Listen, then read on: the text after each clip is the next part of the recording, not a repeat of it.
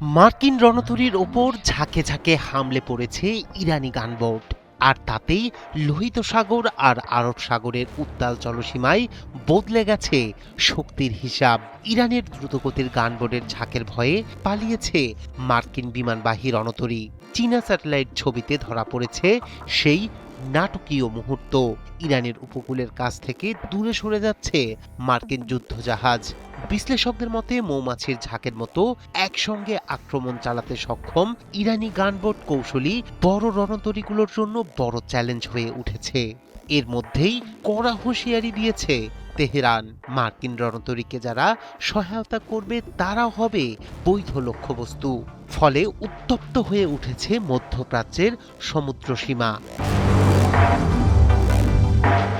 মধ্যপ্রাচ্যের নীল জলসীমায় নতুন সামরিক উত্তেজনা। স্যাটেলাইট ছবিতে দেখা গেছে লোহিত সাগর ও আরব সাগর এলাকায় অবস্থান বদলেছে আমেরিকার দুটি বিমানবাহী রণতরী স্ট্রাইক গ্রুপ। চীনা মিজার ভিজিয়ন স্যাটেলাইট চিত্র বিশ্লেষণে দেখা যায় লোহিত সাগরে থাকা মার্কিন রণতরী ইউএসএস জেরাল্ড আর ফোর্ড এবং আরব সাগরের দিকে মোতায়েন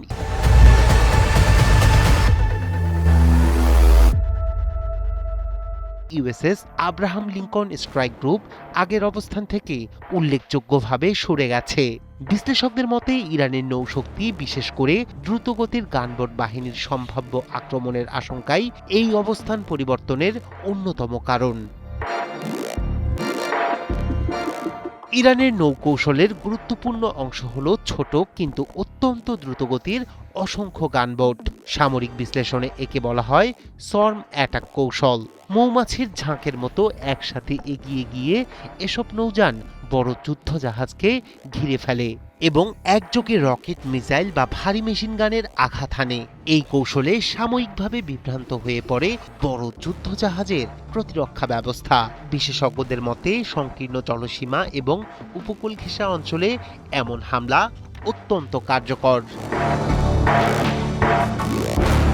ইরানের নৌবাহিনী এবং বিশেষ করে ইসলামী বিপ্লবী বাহিনীর নৌ ইউনিট বহু বছর ধরে এই ধরনের দ্রুত আক্রমণ কৌশল অনুশীলন করছে।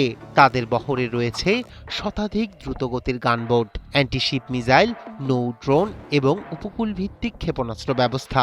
পারস্য উপসাগর, হরমুজ প্রণালী এবং আশপাশের জলসীমায় দীর্ঘদিন ধরেই অসম যুদ্ধ কৌশল ব্যবহার করে আসছে ইরানের নৌবাহিনী।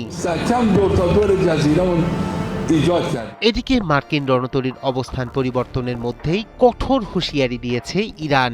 দেশটির সামরিক কমান্ড জানিয়েছে লোহিত সাগরে থাকা মার্কিন বিমানবাহী রণতরী ইউএসএস জেরাল্ড আর ফোর্ডকে যে কোনো ধরনের সহায়তা দেয়া ঘাঁটি, লজিস্টিক সেন্টার বা সামরিক সুবিধা দেয়া যে কোনো শক্তিকে বৈধ লক্ষ্যবস্তু হিসেবে বিবেচনা করবে তারা।